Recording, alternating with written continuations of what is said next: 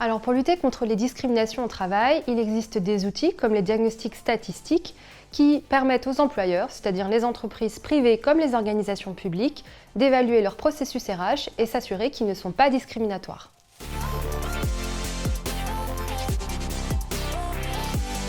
L'outil le plus connu, c'est le testing, qui consiste à proposer sur un même emploi des candidatures rigoureusement équivalentes, à l'exception d'un ou plusieurs critères dont on souhaite mesurer l'influence éventuelle sur les recruteurs. En testant par exemple différentes offres d'un même employeur, on peut vérifier s'il a tendance à privilégier certaines candidatures en raison de l'origine qu'elles évoquent, de leur sexe ou d'autres critères, handicap, lieu de résidence, etc.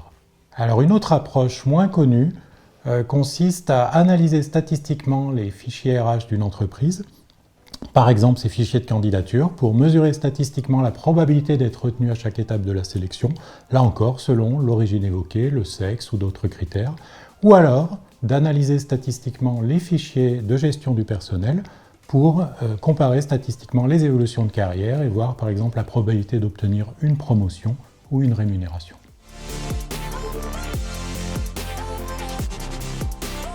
Alors pour les employeurs, c'est une opportunité de vérifier ces pratiques et puis de s'assurer aussi que les formations pour lutter contre les stéréotypes, par exemple, lorsqu'elles existent, sont efficaces.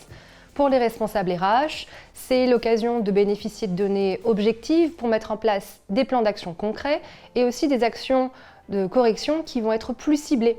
Pour beaucoup d'entre eux, c'est aussi un bon point de départ pour initier une politique diversité-inclusion ou bien alors pour la renforcer.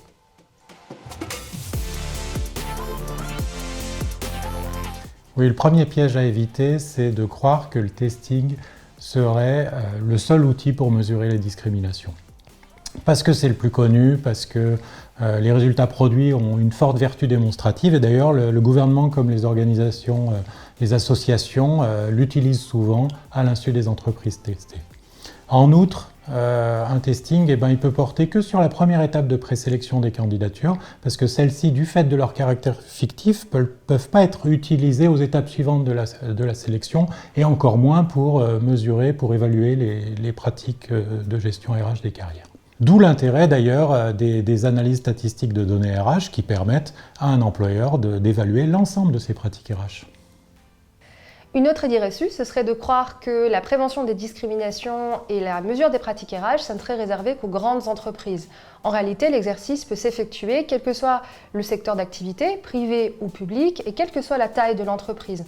Les PME, par exemple, sont soumises aux mêmes obligations légales de lutte contre les discriminations et elles font face aux mêmes enjeux d'attractivité ou de fidélisation. L'objectif là étant pour elles d'agir à hauteur de leurs moyens et à leur propre échelle.